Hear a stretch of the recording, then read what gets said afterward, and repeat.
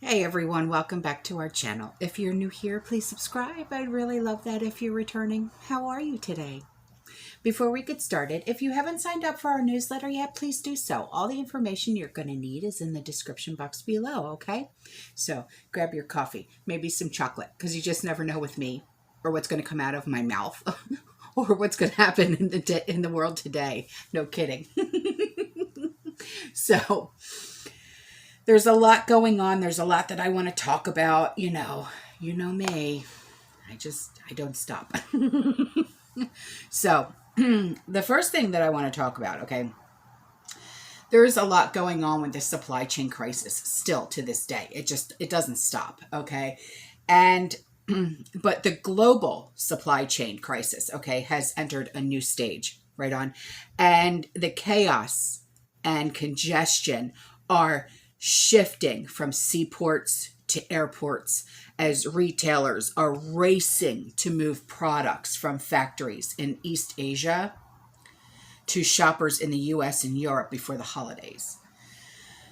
As recently as October, retailers are vying for space on any cargo ship they can possibly find to keep their shelves stocked during the holiday shopping season. Okay, now it's now too late to ship anything overseas that will arrive before Christmas. Okay. And if retailers want to get anything like last minute goods from far flung manufacturers, they'll have to pay top dollar to get their cargo delivered by air. And as a result, the backlogs and delays that have plagued these seaports all year are now hitting the airports. And air freight was once the most expensive, if surefire way to get goods delivered really, really fast. And that may no longer be true this holiday season. So airports like seaports have found themselves short-staffed and hampered by inadequate aging infrastructure as they struggle to handle an onslaught of Christmas cargo. And as a result, boxes are starting to pile up in airport warehouses. And there's a video that was reportedly taken at London's Heathrow Airport that shows rows and rows of cargo piled up on the tarmac, waiting to be hauled away. Now, it can take as long as 2 weeks for importers to get their cargo out of these backlogged airports, especially in the US and European hubs like Frankfurt, Heathrow, and New York's JFK Airport. And trucking companies are compiling that drivers can spend as many 12 hours a day waiting in lines just to pick up this air freight. Okay. Now, supply chain trade publication, the Lodestar, that's one word, Lodestar. Okay. They quoted industry insiders grumbling that the backups were worse than they'd seen in more than 2 decades on the job. Now, airport cargo handlers and trucking firms both blame the labor shortage for slowing down their efforts to get cargo off of planes and onto waiting trucks. So, and they've previously argued that it's misleading to say that there's a shortage of workers generally, and truckers specifically in the US. And the problem is usually that workers are leaving some industries for jobs with better pay and working conditions elsewhere. And they also blame a lack of warehouse space at airports that have failed to invest in their cargo operations in recent decades. Now, I know that I have quite a few truckers and people who work at truck stops that are subscribers here. And they have put their input in as well. So it's kind of like you have to weigh what everyone is saying, okay? I don't know. I really don't. So I will leave this link in the description box below so you guys can have your resources, okay? Because I know you like to do that, all right? Now, this next thing when I saw this, I said, you know, this is becoming too much. You know, are there jobs out there? Yes, there are. There's a lot of people that are still out of work. Why? I don't know. But now I saw this and I said, please tell me this isn't true. There's a viral, I don't have TikTok, okay? I'm not one for social media. There's a viral TikTok video that showed a robot waiter, I don't know, serving customers their dinners at a Denny's. Yeah.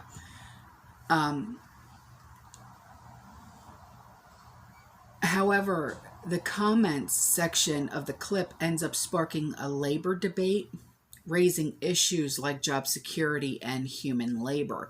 And the TikTok video was uploaded by a user that goes by the name at Mia Bella, sorry, CEO. And that's MIABELLA CEO. I don't know if if any of you guys have a TikTok, look that up and see if you can find anything. So in just a few days, the post already garnered nearly 500,000 views. Meanwhile, in the comments have gone over 1,000 as the labor debates continue. Not to mention that TikTok users have shared the video for more than 2,000 times already. And the TikToker showed the robot waiter coming his way carrying his early morning meal. The uploader was heard in the clip saying, "Here comes breakfast," as the robot carries 2 plates of meals at ease. By the time the robot waiter arrived at the table, the TikTok user went on to say, "We are hungry." The robot carried the name Janet, did not respond to his comment, and went on to serve his meal. As per the report, Denny's, along with other Japanese restaurants, have been testing the robot waiter called Servi, S-E-R-V-I, since last year. Jesus. That, absolutely not. I mean, can you imagine? So is this what our future is going to be like? AI all over the place, just taking our jobs. So what are we supposed to do? How are we supposed to work? How are we supposed to pay our bills now? How are we supposed to support our families, pay our... I mean, come on. See, this is just another reason why to prep, okay? Secure your future now with your preps. So if this is going to continue to happen, we're not going to have to worry about putting food in our families' bellies, putting clothes on their backs, because we'll already be prepped up. But we will have to worry about paying our mortgages, paying our utilities, and the whatnot. So we have to come up with a plan. So let's do that. Okay, let's have this conversation in the comment section. Let's do that, because this is absolutely ridiculous. This link will also be in the description box below, because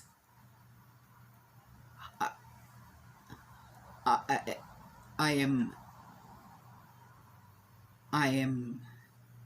just, I can't even fathom.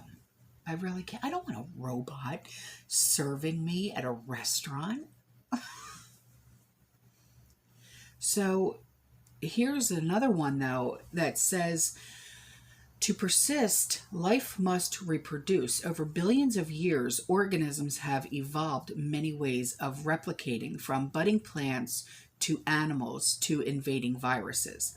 Now, scientists at the University of Vermont, Tufts University, and the WYSS Institute for Biologically Inspired Engineering at Harvard University have discovered an entirely new form of biological reproduction and applied their discovery to create the first ever self-replicating living robots. Living robots. Are you serious right now? There's not enough coffee and chocolate in the world to deal with this today. There's really not. I don't think I want to deal with this. I really don't. So the same team that built the first living robots, which is called Xenobots, assembled from frog cells. This was reported in 2020, has discovered that these computer-designed and hand-assembled organisms can swim out into their tiny dish, find single cells, gather hundreds of them together, and assemble baby Xenobots inside their what? Pac-Man shaped mouths? What is this, a video game? Give me a break.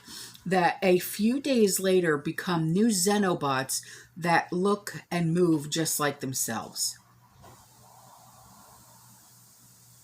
No. No. I can't. I don't want to. That's insane. That is the most insane thing I've ever read in my life.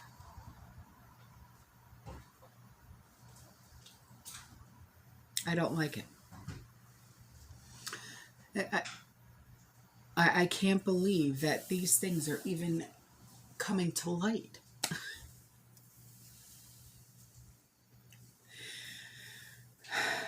Wow. So I'm going to go on to this because I can't. I don't want my brain to fry today. I have too much to do. So the FTC, okay, or Federal Trade Commission, okay, is ordering 9 large retailers, wholesalers, and consumer goods suppliers to provide detailed information that will help the FTC shed light on the causes behind ongoing supply chain disruptions and how these disruptions are causing serious and ongoing hardships for consumers and harming competition in the U.S. economy. The FTC is issuing the orders under Section 6B of the FTC Act, which authorizes the Commission to conduct wide-range studies that do not have a specific law enforcement purpose. The orders are being sent to Walmart, here we go, Amazon, Kroger, C&S Wholesaler Grocers, Associated Wholesale Grocers, McLean Company Incorporated, Procter & Gamble, Tyson, Kraft & Heinz.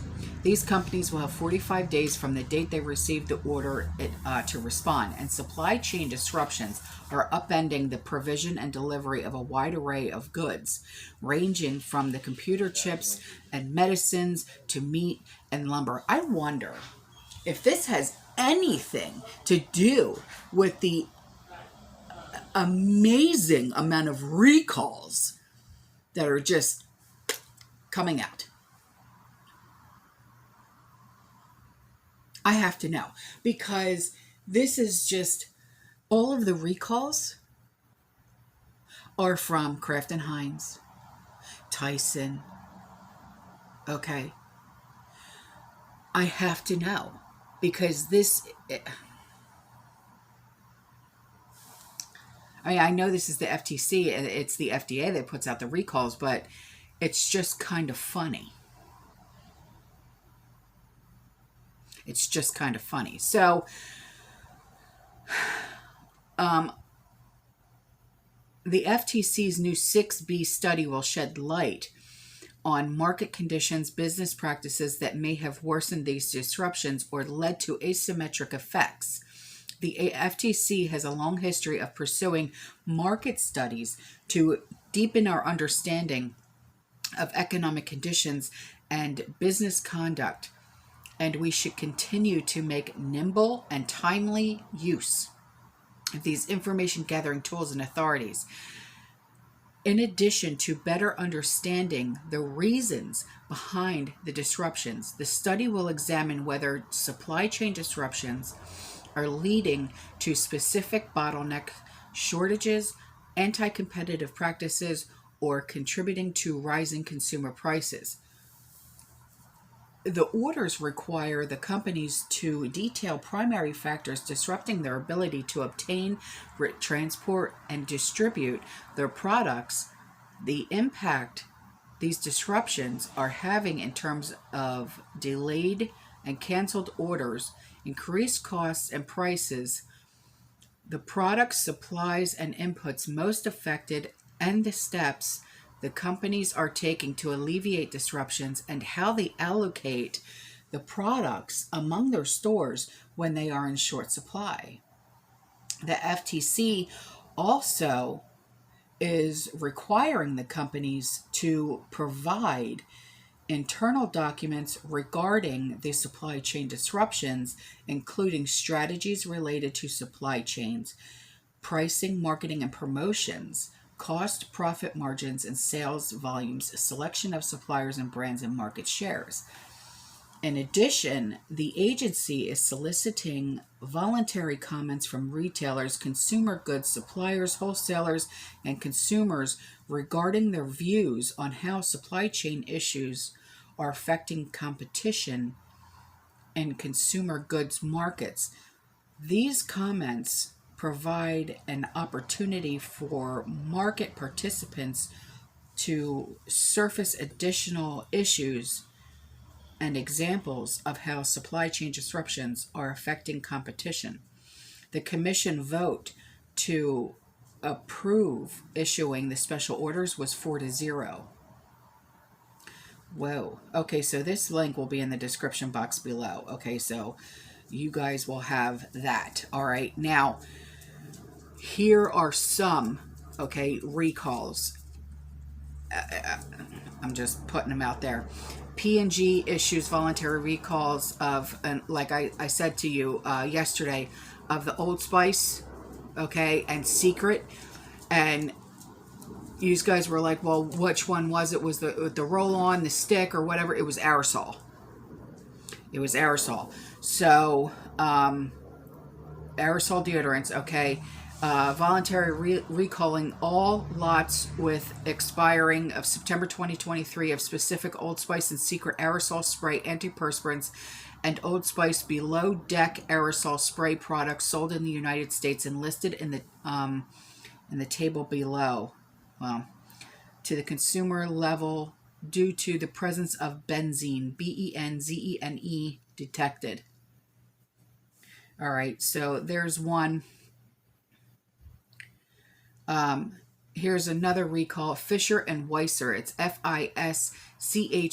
and Weiser is Wieser. Specialty Foods issued voluntary recall of Heb, HEB. You know that grocery store that quite a few of you shop and work at. Creamy tomato basil soup. Okay, the UPC is 4122070-619. Package size 31.4 ounces.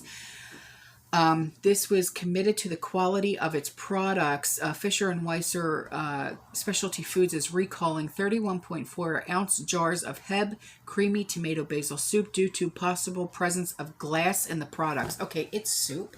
How is there glass in soup? Just asking for a friend, putting it out there. If you have it, do what you will. The voluntary recall impacts products sell by date 10/14/22. The lot number is 22871. So if you have it, address it. Okay. Now here's another one. Flagship Food Group recalls frozen cauliflower because of a possible health risk.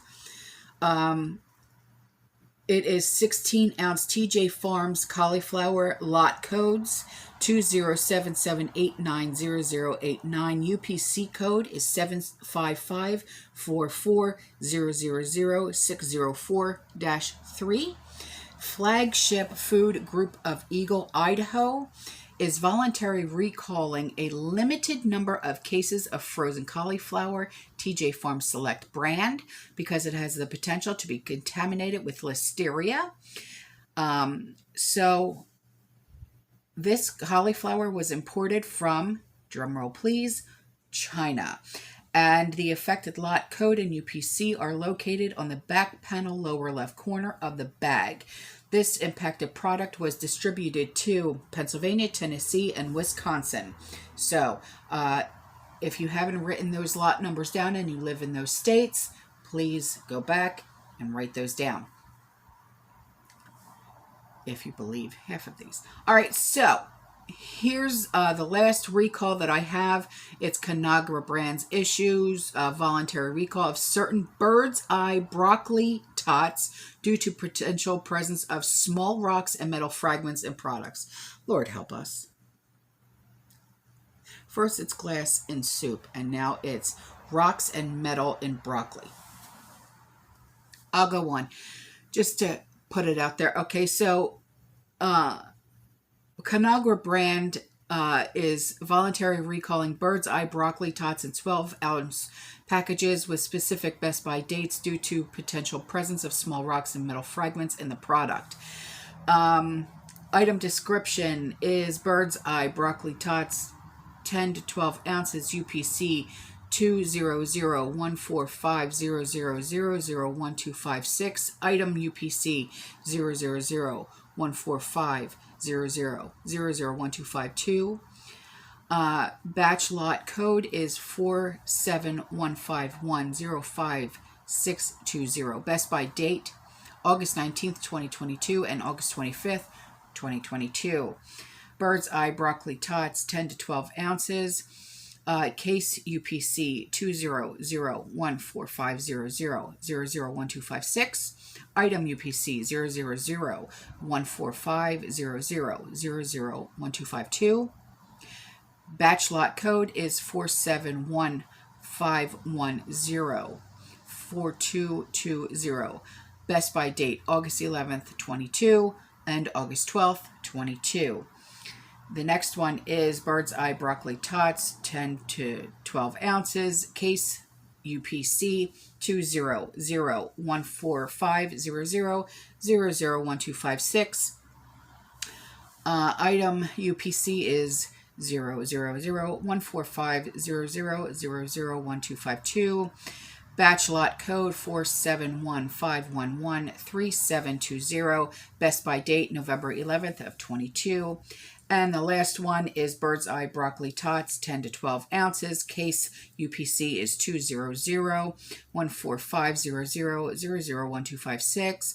Item UPC is 000145000001252. Batch lot code is 47151133020. Best By date is November 10th, 22. So I hope you check your preps to see if it's in there. Take it with a grain of salt, because you know as well as I know these recalls, they could be BS, but check anyway. All right, that's all for this video. I love you. I will see you in the next one. You stay safe, you stay positive, you keep prepping, and as always, fearless. Ciao.